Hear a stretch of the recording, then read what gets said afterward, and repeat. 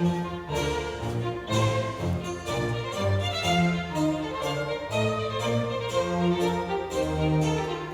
know what I haven't done in a while? And I'm sure you've all felt the lack? I haven't referenced the Beatles in just a dog's age. Let's remedy that right now. Help you get over the shakes that sudden detox sometimes brings on. There are several competing versions of this story, even by the band themselves, but the broad strokes are these. On February 11th, 1964, following their landmark Washington Coliseum concert, the Beatles attended a post-show reception at the British Embassy in Washington, D.C. They found the event miserable. They kind of felt the elite guests were treating them rudely and just kind of saw them as curiosities and novelties, you know. The most notorious incident of the evening happened when a guest sneaked up behind Ringo Starr and snipped a lock of hair from his famous mop top. Ringo, uncharacteristically, was furious, and he demanded to leave immediately. John Lennon later described the person responsible as a bloody animal.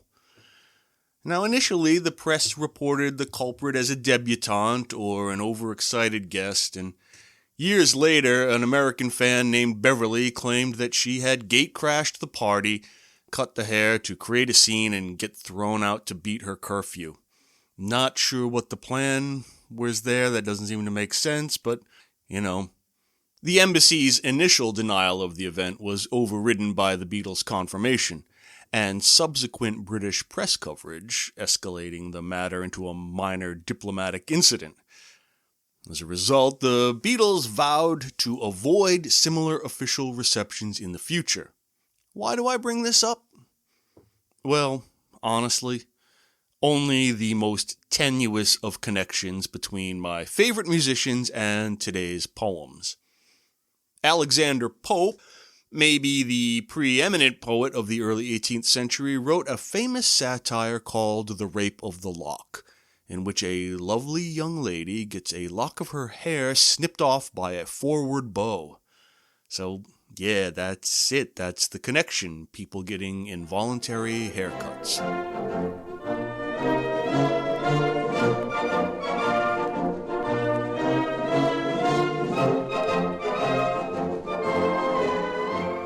Welcome back to the Classic English Literature Podcast, where rhyme gets its reason and intertextual relationships are cobbled together with reckless abandon.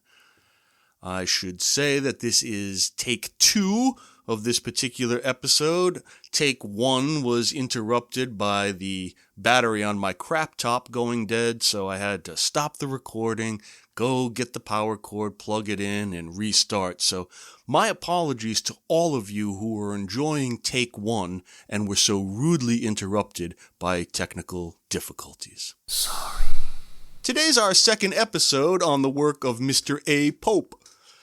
Last time we looked at his didactic poems, those teachy, preachy, philosophical ones. This time we're going to look at his satires, particularly those in the mock heroic idiom, the aforementioned Rape of the Lock and the Dunciad.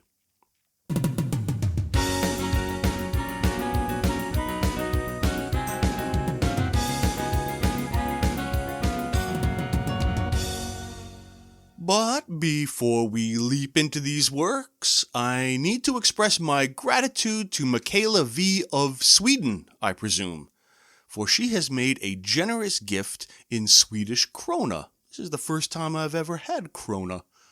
Michaela, thank you very much. I'm really glad you find this little show enjoyable and educational, and I appreciate your kindness. Thank you. And I also appreciate the kindness of Mr. Eric W., who has just signed on as a monthly supporter, which is fantastic. Thanks, guys. This is going to help me out a lot. Why, thank you.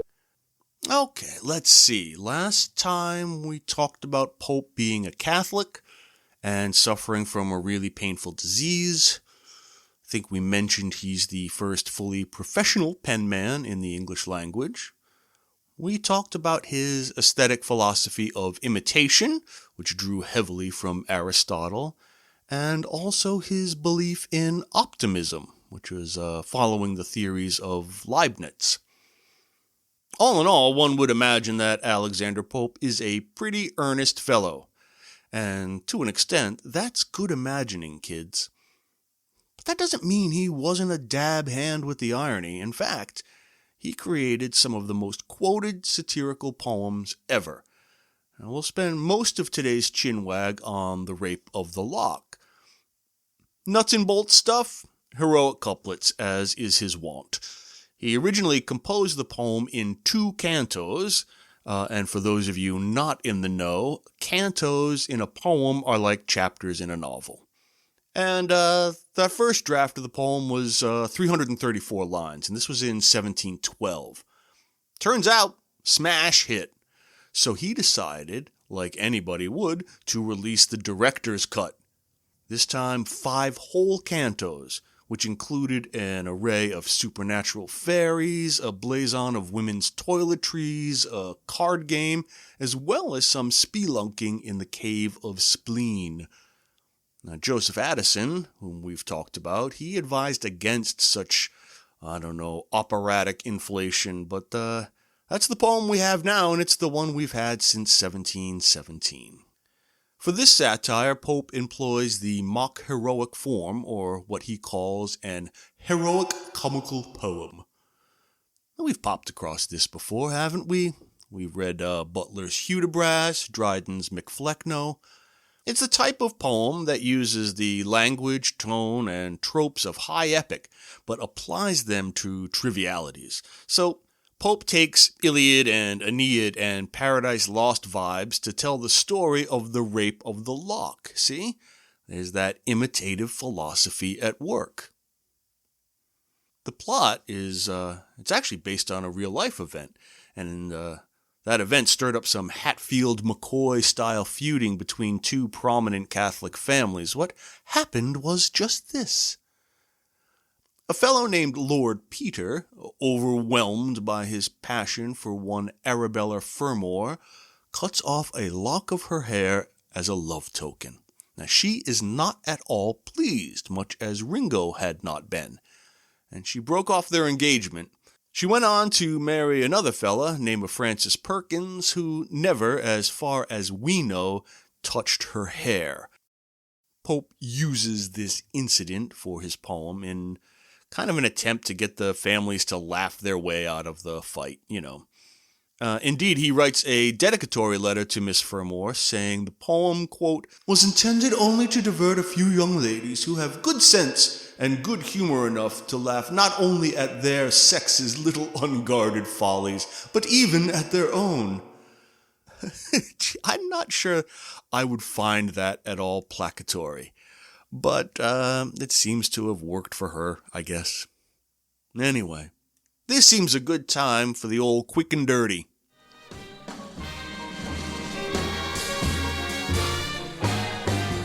The poem's central figure is Belinda, and she's modeled after the real-life Arabella.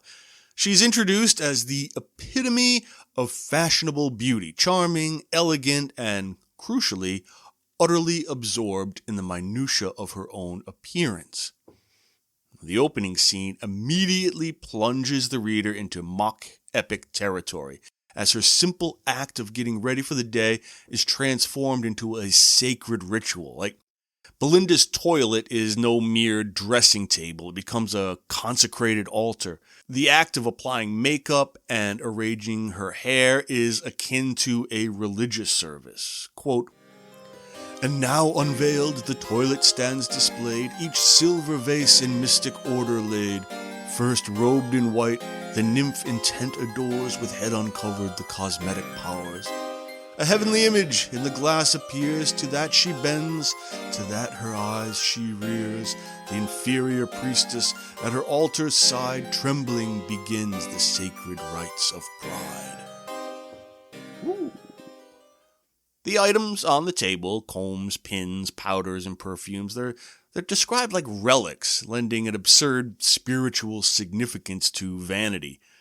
Pope also refers to this ritual as beauty putting, quote, on all its arms. At once an echo of the epic hero arming himself for battle, right? And predicting, crucially, the struggle which Belinda must soon face. So, through this kind of hyperbole, Pope's already winking at the reader, establishing the poem's central theme. This is a world where outward appearance, social grace, and fashion dictate one's entire reality. I'm glad we don't do that anymore. But of course, it is Belinda's beautiful hair that will attract all the attention. Quote, "This nymph, to the destruction of mankind, nourished 2 locks, which graceful hung behind in equal curls, and well conspired to deck with shining ringlets the smooth ivory neck. Love in these labyrinths his slaves detains, and mighty hearts are held in slender chains." In a traditional epic, the Olympian gods intervene, guiding or thwarting the heroes, right? Now, Pope replaces these powerful deities with the sylphs. Now, the sylphs are a whimsical and airy breed of spirits whose sole purpose is to protect the honor and, more importantly, the clothes and hairstyles of fashionable young women. Pope bases them on ideas from Rosicrucian philosophy, which posits, Pope informs Miss Fermor in his prefatory letter, quote, "The 4 elements are inhabited by spirits, which they call sylphs, gnomes, nymphs, and salamanders. The gnomes or demons of earth delight in mischief, but the sylphs, whose habitation is in the air, are the best conditioned creatures imaginable." We got kind of a reduction of divine power to like guardian spirits of petticoats and curls. That's a key element of the satire. Pope calls these supernatural beings the machinery, probably from the old deus ex machina idea of classical drama, I'd imagine. Belinda's primary guardian, the head sylph Ariel, delivers a warning, not of world war or a hero's death, but that, quote, "some dreadful event will occur that day." This vagueness and the low-stakes nature of the threat immediately deflates the epic grandeur. Belinda's destiny takes her to a social gathering on the River Thames at Hampton Court, the center of aristocratic gossip and flirtation, and here she encounters the Baron, a figure consumed by a single desperate ambition: to possess a lock of her famous hair.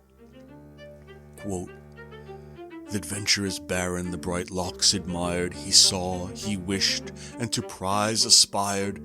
Resolved to win, he meditates the way, by force to ravish, or by fraud betray. For when success a lover's toil attends, few as, if fraud or force, attained his ends." So, the Baron's desire is framed itself as a heroic quest.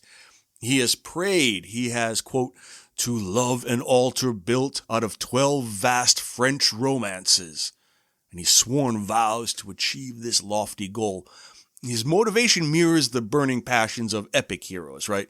But it's directed toward a snip of hair, which kind of highlights the absurd, misplaced passion, right? The mock epic conventions are perhaps most brilliantly employed in the description of the card game Ombre in Canto 3. Quote, "At Ombre singly decide their doom, and swells her breast with conquests yet to come." I don't think that would have been a half rhyme at the time. I think it would have been doom and comb or something. Dome and comb. I don't know. Who cares? Pope narrates the complex rules of Ombre as if it were a full-scale battlefield, a miniature Aeneid of strategy and combat. Cards become soldiers, suits become armies, and every move is described with a level of absurd grandeur. Quote, "And now, as oft in some distempered state, on one nice trick depends the general fate. An ace of hearts steps forth. The king, unseen, lurked in her hand and mourned his captive queen. Or springs to vengeance and an eager pace, and falls like thunder on the prostrate ace." The intensity of the players over a card game mirrors the exaggerated fervor of epic warriors before a siege, right? Before the walls of Troy. The climax arrives when, during a moment of distraction, aided by the clumsy intervention of a gnome, the Baron seizes his opportunity. With a pair of scissors, a tool of domesticity rather than war, right? This is not a great sword. He snips off a lock of Belinda's hair. Quote, "The pier now spreads the glittering forefecks wide, t'enclose the lock, now joins it to divide. Even then, before the fatal engine closed, a wretched sylph too fondly interposed, fate urged the shears, and cut the sylph in twain. But airy substance soon unites again. The meeting points the sacred hair dissever from the fair head forever and forever." Shock and horror, ladies and gentlemen, shock and horror. You notice that even the one moment that might be genuinely poignant, when Ariel gets cut in half by the scissors, it's undercut by the very next line, right? He was cut in two, but, quickly came back together. That's what air does. I think that actually parodies a line of Milton's. I probably should have checked that. Let's just say yeah. Anyway, this is a good time to comment upon Pope's title, The Rape of the Lock. It's deliberately shocking, right? We discussed the historically various definitions of the word rape all the way back in our Chaucer episodes a couple of years ago.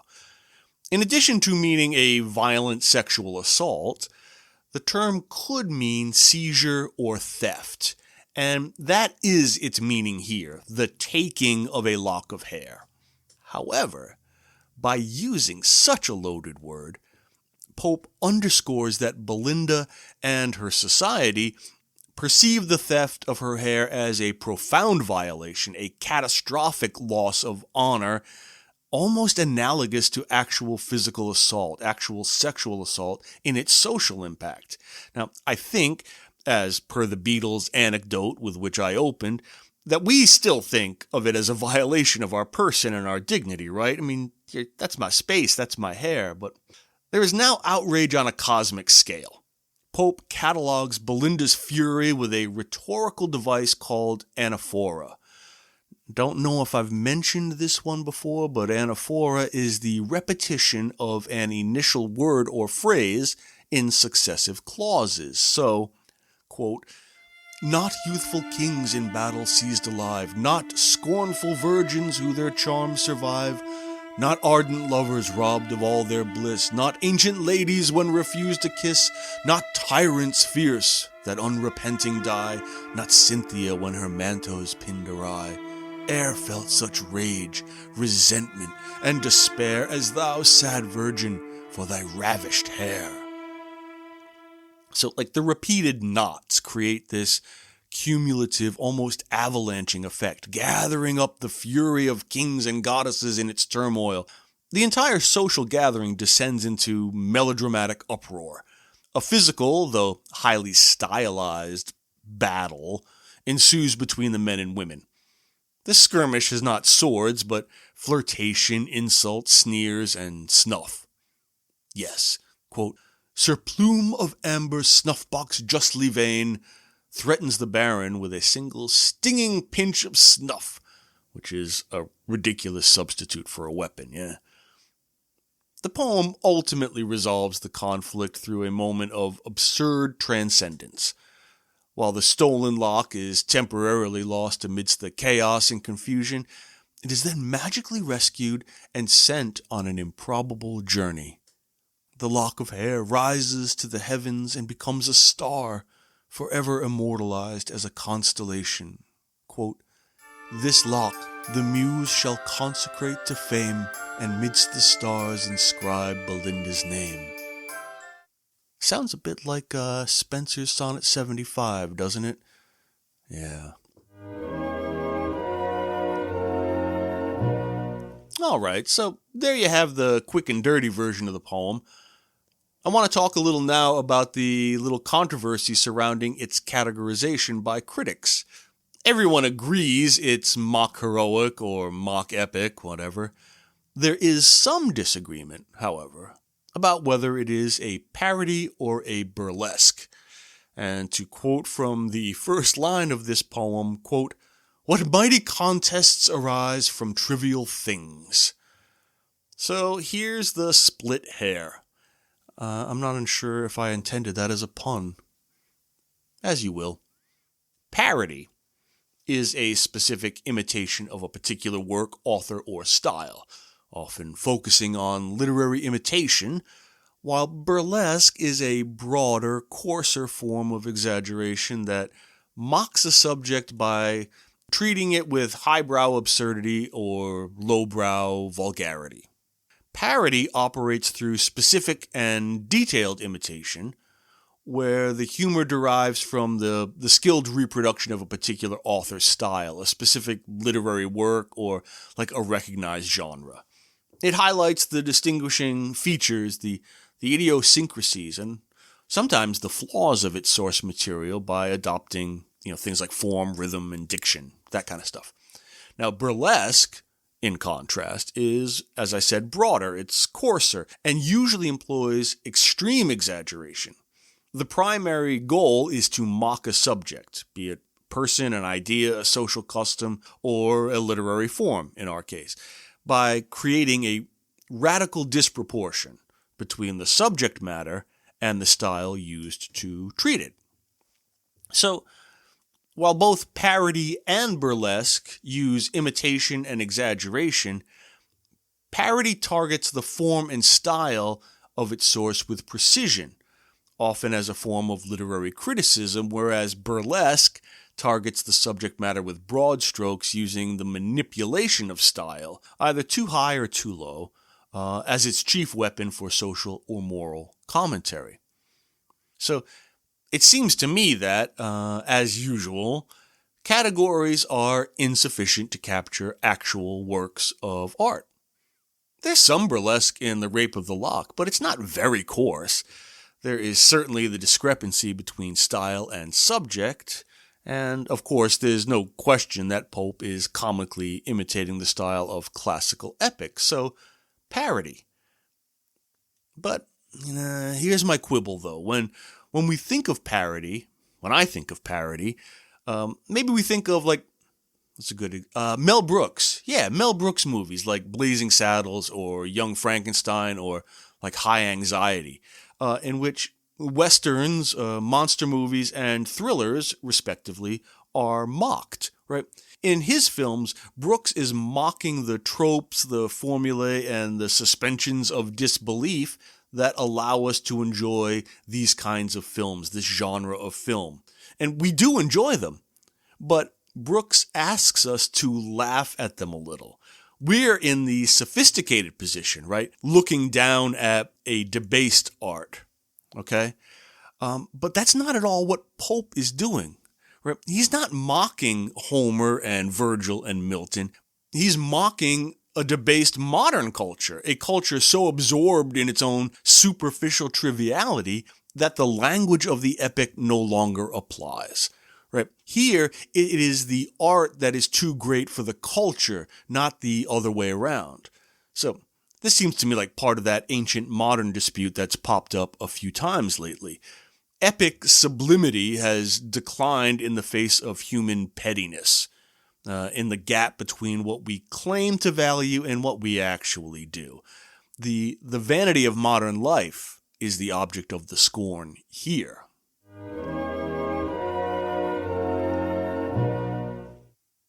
I have managed, friend listener, to get through nearly 4 episodes on Jonathan Swift and Alexander Pope without once mentioning the Scribblerist Club. My sincere apologies. The Scribblerist Club was an informal association of Tory writers, the key members being Swift and Pope, who enjoyed sitting around, clapping each other on the back, and owning the Whigs. They were obsessed with, and it should come as no surprise to listeners, the false tastes in learning. Well, the Battle of the Books, A Tale of the Tub, the essays on criticism, and man, we've sampled this menu aplenty. Together, These guys created the persona of one Martin Scriblerus, a pedant son who indiscriminately dabbled in every art and science and, as a result, embodied all the flaws of contemporary learning: pretension, shallowness, ignorance, impracticality. Pope's other major satirical poem, then, the Dunciad, in its Variorum edition, contains a good deal of pseudo-scholarly apparatus attributed to this Martin Scriblerus. The poem's got a weird publication history. The first version came out in 3 books in 1728, and it was dedicated, in fact, to Swift. Readers of Dryden's Macflecknoe will get a bit of déjà vu here.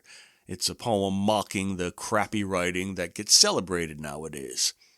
It celebrates the goddess Dullness and all her dunce followers, the greatest of whom is Louis Theobald, a playwright at the time, and they're celebrated for their mediocrity, their pedantry, and their lack of taste and refinement.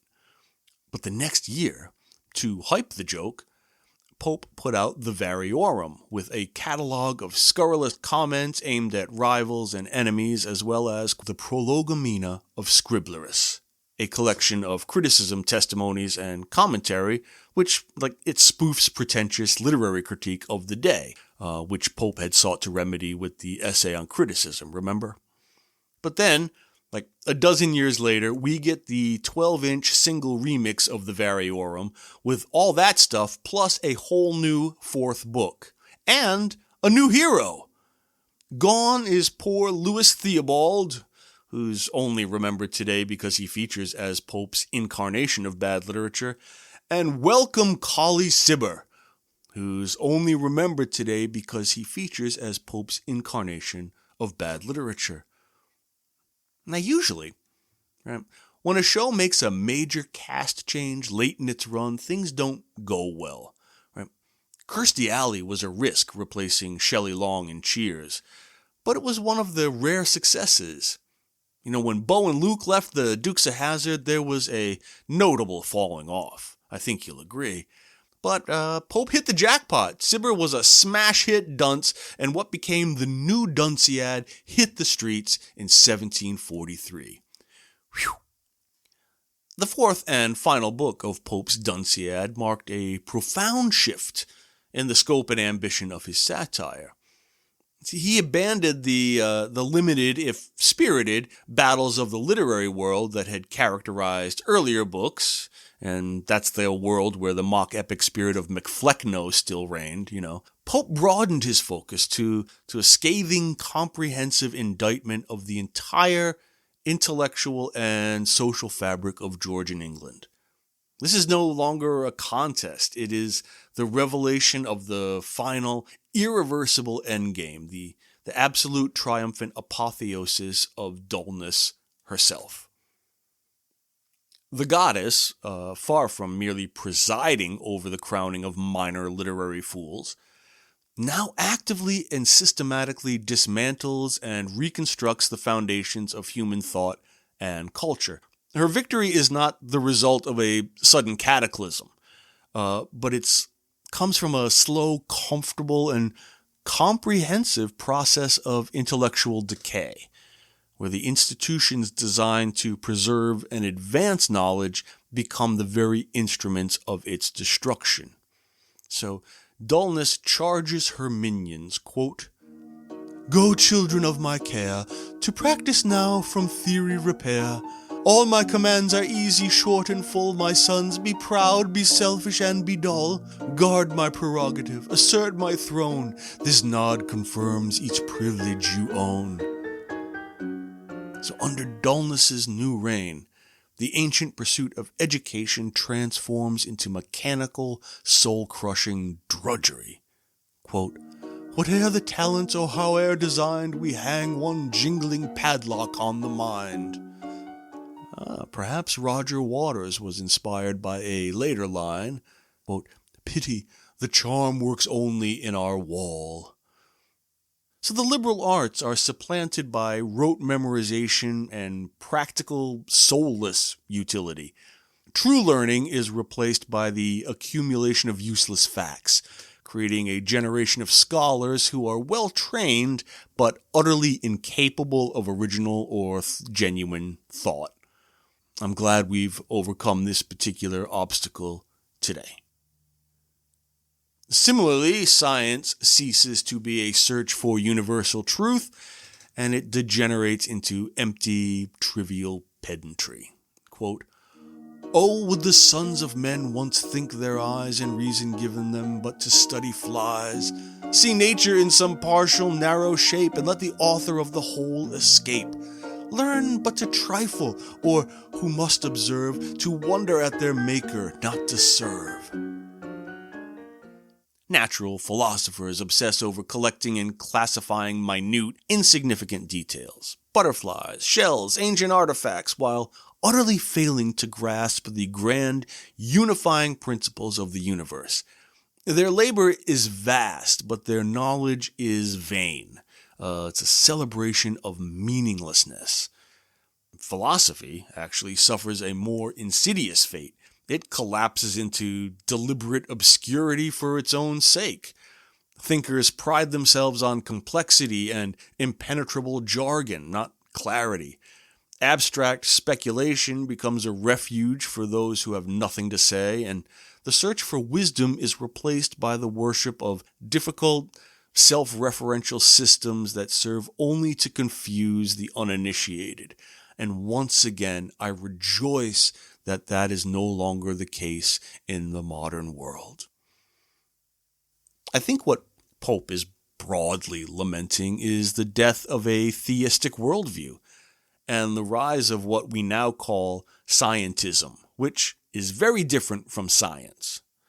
Scientism is, quote, "All-seeing in thy mists, we want no guide. Mother of arrogance and source of pride, we nobly take the high priori road, and reason downward till we doubt of God. Make nature still encroach upon his plan, and shove him off as far as e'er we can. Thrust some mechanic cause into his place, or bind in matter, or diffuse in space.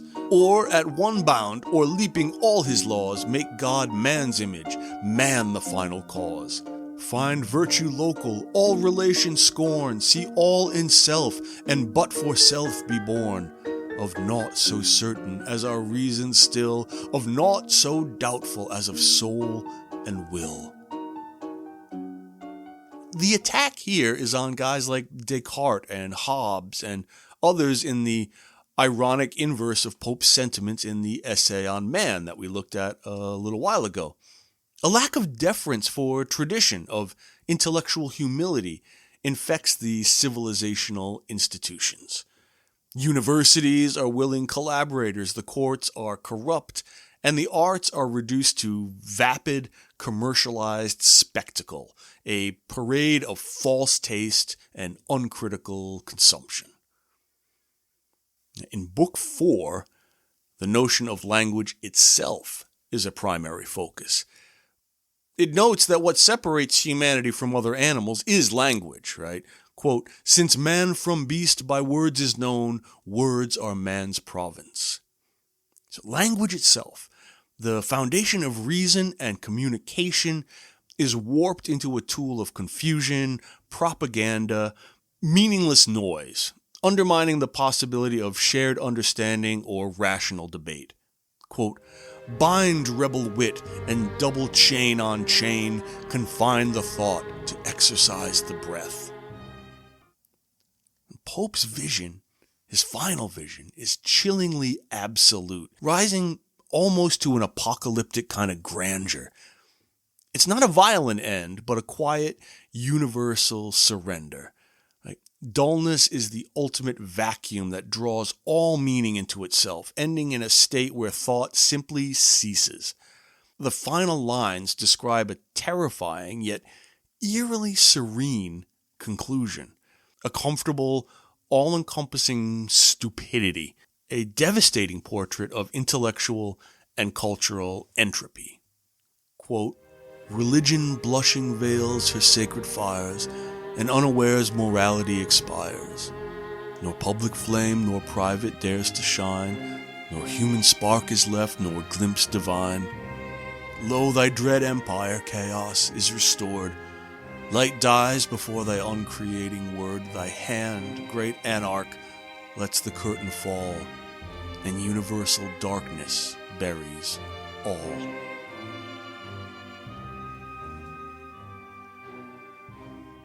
So, a little more bleak than Dryden's McFlecknoe. Yeah, if you corrupt language, you corrupt all meaning. There's those famous lines from the astronomer Carl Sagan. He says that we are a way for the cosmos to know itself. And what's the other line? We are the local embodiment of a cosmos grown to self-awareness. Pope argues that knowledge and self-awareness are only accessible by language. If language becomes untenable, well, food for thought. Thanks to everyone for listening. I hope you feel that your time was well spent. Please take a minute to post a 5-star review on your listening platform. Please do that. It raises the show's profile so more folks can discover it. Word of mouth is great too, so if you know anyone who likes this sort of thing, put them in the picture. Alright, be safe, be well, and I'll see you all in a bit.